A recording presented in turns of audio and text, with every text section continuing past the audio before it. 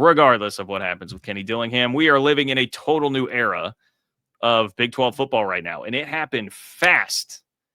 I don't know that you guys have all had a chance to process and react to this. The old guard is gone in this conference. And not only that, but the financial landscape has shifted dramatically. So that raises a couple questions for me. Is the Big 12 going to survive as it is right now? And will the Big 12 have legitimate staying power? Having to dip into private capital, one school having to go to private equity, legendary coaches on their way out this offseason. What is this going to look like when the dust settles? Mike Gundy, gone. Chris Klieman, gone. Kyle Whittingham, gone. Matt Campbell, gone. Kenny Dillingham, we'll see. But especially that top four, I mean, that's like a Mount Rushmore of Big 12 coaches. When the Big 12 was about to start on the eve of the 2024 season, the first year with the four corners in tow with everybody, that would have been debatably like your Mount Rushmore of current Big 12 coaches at that point. Campbell, Whittingham, Klieman, Gundy. They're all gone now. Just 2 years later, they're gone. These guys, 3 of the 4 were Power 4 conference champions. 2 of them had won the Big 12. Another one had played for the league title twice. They are just gone. And it leaves us in a situation where Kalani Sitake is the longest tenured coach in the league. Dave Aranda is the second longest tenured coach in the league. That's crazy to me. Okay. Crazy. And now you have a bunch of young guns that are coming in that, look, I'm excited for. I'm definitely excited for. And I would say that there's a power vacuum for everybody to come soak this, grab a hold of and ride it to the top. But is there really? Because Texas Tech and BYU look poised to be the real tentpole members of this conference, football programs of this conference. They look to be the ones that are going to control things right now. So is there really a bunch of power to be taken by some of these younger guys? These are all questions that I think are fair. And that is how much things have changed in the span of a year. Texas Tech proved it. We kind of knew, hey, they've got an opportunity with this money. Well, they showed you on the field what it looks like. I mean, God, do I still have the tweet pulled up? I was looking at Pro Football Focus's all Big 12 team from this year. I mean, it's comical. The defense is like over half Texas Tech players. They dominated. And BYU has won 22 games the last 2 years in this conference now. Totally fair to say it really looks like they are there and almost, played a role in delivering the final nail in the coffin to that old guard of Big 12 coaches. Outside, look, I know Matt Campbell left for a bigger job. But you're Gundy, Klieman, Whittingham that were a little bit older that are now out of there. And the league is now feeling enough pressure financially that, hey, we've got to go dip our toe into, if you're Utah, the private equity water, or if you're the Big 12 as a conference, the private capital water. So what does this mean, man? Coaches from the old era are out, where the Big 12 clearly proved these guys had the chops to hang with about anybody in the country. Gundy for 20 years was as consistent as anybody. Whittingham for like 20 years was as consistent as anybody. Chris Klieman for about 7 years was as consistent as anybody. Kyle Whittingham still very much seems to have a fire and passion and want to do this. So the NIL transfer portal aspect of the game hasn't totally run him out. We'll see what happens, where he's going to wind up. Again, his son told the Salt Lake Tribune, it certainly seems like he wants to go like legit coach somewhere else. He's not going to take that cushy role in the Utah athletic department. But Chris Klieman definitely made it apparent like he didn't want to deal with any of that stuff at the end here. Mike Gundy, whether or not he still wants to deal with it or not, did not adapt fast enough. So now it's, what's that going to mean for Collin Klein, Eric Morris, Morgan Scalley, Jimmy Rogers, these guys who are the replacements, young guard of coaches? Will they be able to prove that they can hang? Will they be able to establish themselves as guys with legit coaching chops? Will they be the next line of coaches that are going to be poachable and rumored to go take different jobs every single offseason, like what was happening in the Big 12 before? That's a big question coming up now. I love the potential of really all of these guys.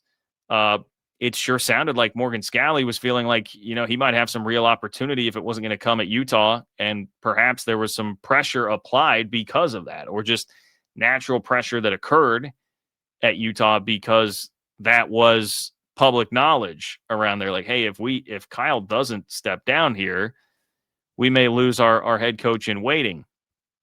Eric Morris, I thought, was a great coaching prospect. I thought for a while he was probably going to wind up at Arkansas, but instead Oklahoma State gets him before he gets away to the SEC.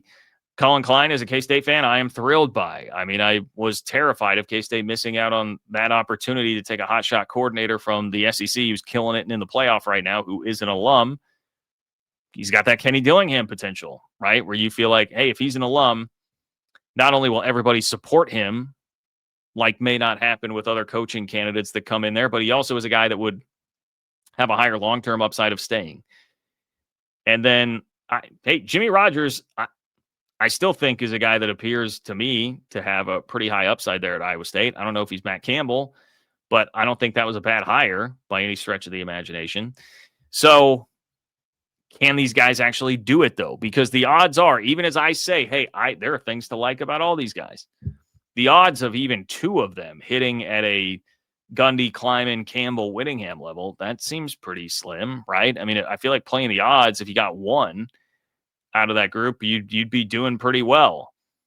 If you get two, that'd be great. But the odds of having four that wind up like that seems slim. So then what does that mean for the conference? Do you slip down a bit?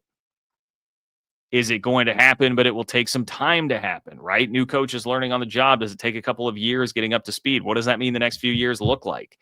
I would actually slip this back around to the Texas Tech BYU part of the conversation and say, I'd be loving this if I were a Tech or a BYU fan, because it may well take these newer coaches a bit to find their footing.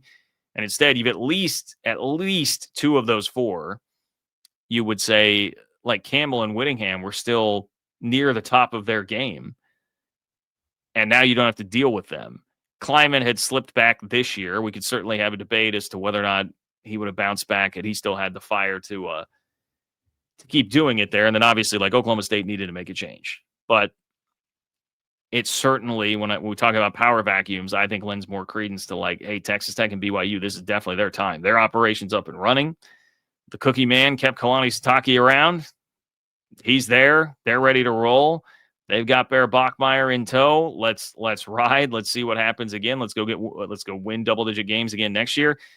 And Texas Tech, man, I mean, I don't know. I suppose you can roll your eyes at this tweet I'm about to show you, or you can buy into this. It is Cody Campbell, who's a Texas Tech guy, right? He's probably going to be motivated to say something like this about his program, but Brandon Marcello from CBS Sports says, after the Big 12 title, I reached out to Texas Tech board chair Cody Campbell, and he said, our analytics folks think we're going to be better next year than we are this year. So Texas Tech certainly feels confident they're not going anywhere, and that the Red Raiders will be a double-digit win team again next year, and college football playoff bound. If there's any truth to that, and they actually are better, that would certainly be bad news for the rest of the Big 12 conference. And above all else, I should have worked this in earlier. My fault for not doing it. How much is the narrative of this conference going to change? Because it's been this league that is, hey, this is the league with all this parity and teams that are very even resource-wise and history-wise, tradition-wise. In the span of like a year, maybe two, have we just totally flipped that to, oh, this is kind of like what we thought the ACC was before, where it's like two big boys, a couple big brands at the top of the conference, and then everybody else falling in line after them. Or maybe a better example, because this year the ACC's big brands did not really produce, is this now the Big Ten, where it's like, okay, you've got a couple great teams at the top and then everybody else falling in behind them. That could legitimately be a switch that we're seeing happen within the conference right now, which has happened very, very quickly. Very quickly.